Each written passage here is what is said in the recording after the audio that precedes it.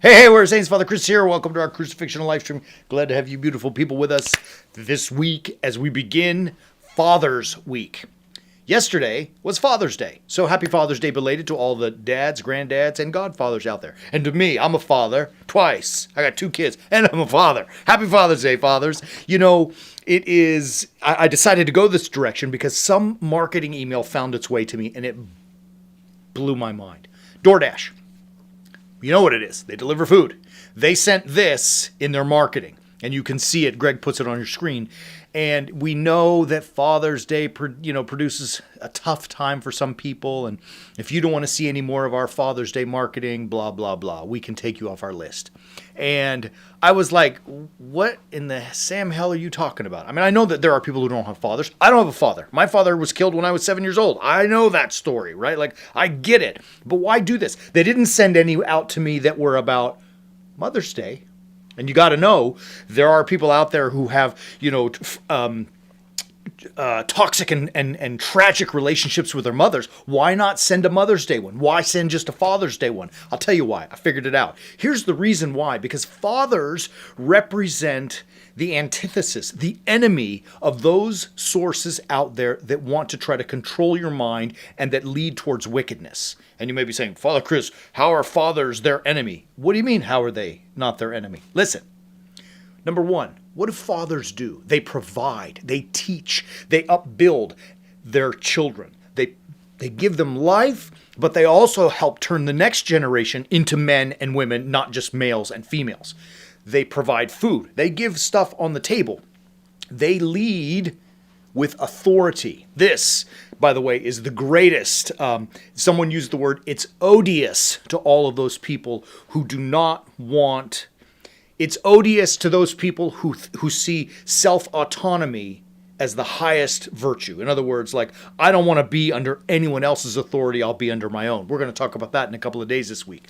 Fathers represent a source of leadership and authority. And for this demonic, woke mob mentality that's moving towards complete individualization is not moving towards individualization at all. They're trying to destroy the role of father so that there are no men and that the rest of us, like sheep, follow blindly. And you think I'm wrong?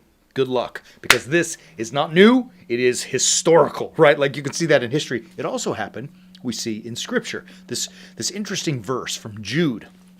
Jude has only got one chapter, and I confess I don't even know it well enough. I can't quote you the verse by heart. I'm going to have to read it to you. But Jude, in chapter 1, he's talking about the destruction of Sodom and Gomorrah, right? Like, he's talking about his times and those who are wicked and leading people astray in the current time. And he uses Sodom and Gomorrah as the reference, the story, the image, the metaphor that he talks about. Like, just as those guys got lost in all their chaos and they were destroyed, so too the current situation.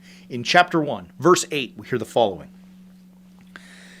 Yet in like manner, these men, meaning the current scenario, in their dreaming, defile the flesh, reject authority, and revile the glorious ones, right? Like, in that you can hear they're rejecting authority, and they are those things that are of glory, ultimately God. They are rejecting, reviling, right? Because if they are willing to submit to God, if they are willing to submit to the teaching, it means that they therefore become under authority. And they're being brainwashed that you should be under no one's authority, that there is no reference, and that anything you feel, anything you want to do should be the highest virtue.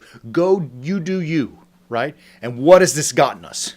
Chaos, misery, depression, anxiety, all of the things, right? Like, this whole push of this crazy bizarre senselessness has led to ultimate chaos. And it starts with the abolition of the father. I'm going to talk about that tomorrow. Well, the rest of this week. We're calling it Father Week.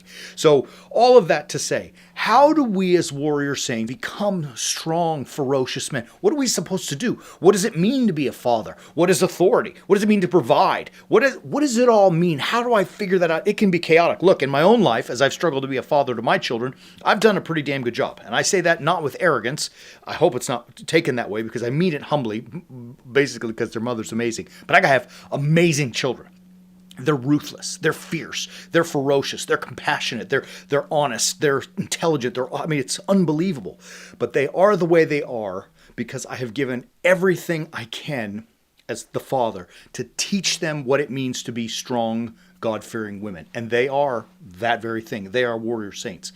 We have some experience. All of that I say not to brag, but to say to you, we've got some experience. And if you're looking for that in your own life, or for the life of your son or your husband or whomever you may see around you that you think needs this, have them join us on the Warrior Saints, the Way of the Warrior Saint. Visit here, subscribe to the Way of the Warrior Saint. Tomorrow we're going to talk about the father's 2 responsibilities. Love you, beautiful people. And as always, keep walking on the way of the Warrior Saint.